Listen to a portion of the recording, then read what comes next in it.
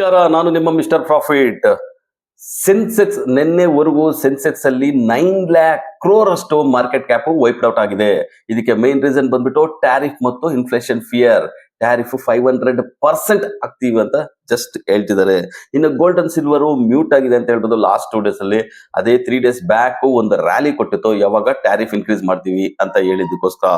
ಇನ್ನು FIS continue ಮಾಡಿದ್ದಾರೆ selling. 3,367 crores ನ ಸೆಲ್ ಮಾಡಿದ್ದಾರೆ. ಇನ್ನು DIS 3,701 crore ನ ಬೈ ಮಾಡಿದ್ದಾರೆ. ನಿನ್ನೆ ರಾತ್ರಿ ಡೌಜನ್ ಮಾರ್ಕೆಟ್ 270 ಪಾಯಿಂಟ್ಸ್ ಗೇನ್ ಆಗಿ ಕ್ಲೋಸ್ ಆಗಿದೆ.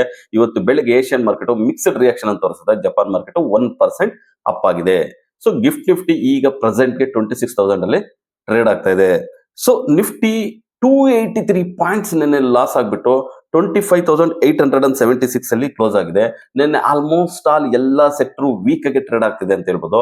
ಅದರಲ್ಲಿ ಮುಖ್ಯವಾಗಿ ಮೆಟಲ್, IT ಮತ್ತು ಎನರ್ಜಿ ಸೆಕ್ಟರ್ ಬಿಗ್ ಫಾಲ್ ಅನ್ನು ನೋಡಿದವೆ. ಇನ್ನು ಇವತ್ತು ನಿಫ್ಟಿ ಫ್ಲಾಟ್ ಆಗಿ ಓಪನ್ ಆಗುತ್ತೆ. ನಿಫ್ಟಿ ಎಬೋವ್ 26,000 25,900 ಎಬೋವ್ ಇದ್ರೆ ಗುಡ್ ಬೈಯಿಂಗ್ ಝೋನ್ ಇರುತ್ತೆ. ರೆಸಿಸ್ಟೆನ್ಸ್ ಬಂದ್ಬಿಟ್ಟು 26,030 ಇರುತ್ತೆ. ಇನ್ ಸಪೋರ್ಟ್ ಬಂದ್ಬಿಟ್ಟು 25,746 ಇರುತ್ತೆ.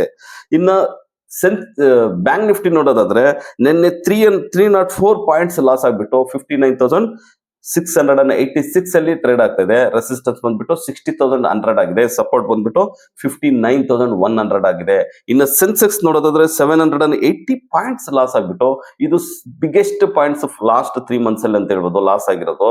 84,180 ಅಲ್ಲಿ ಕ್ಲೋಸ್ ಆಗಿದೆ. ರೆಸಿಸ್ಟೆನ್ಸ್ ಬಂದ್ಬಿಟ್ಟು 84,700 ಆಗಿದೆ. ಸಪೋರ್ಟ್ ಬಂದ್ಬಿಟ್ಟು 83,700 ಆಗಿದೆ.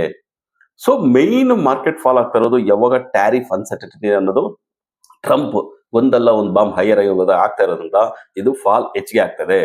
ಸೊ ಈಗ ಇದು ವೀಕೆಂಡ್ ಆಗಿದೆ. ಸೊ ಇದರಲ್ಲಿ ಒಂದು ಸ್ಮಾಲ್ ವಾಲೆಟೈಲ್ ಅಂತ ಇರುತ್ತೆ. ಏನು ಬಿಗ್ ವಾಲೆಟೈಲ್ ನೋಡೋ ಸಾಧ್ಯತೆ ತುಂಬಾ ಕಡಿಮೆ ಇದೆ ಅಂತ ಹೇಳ್ಬೋದು.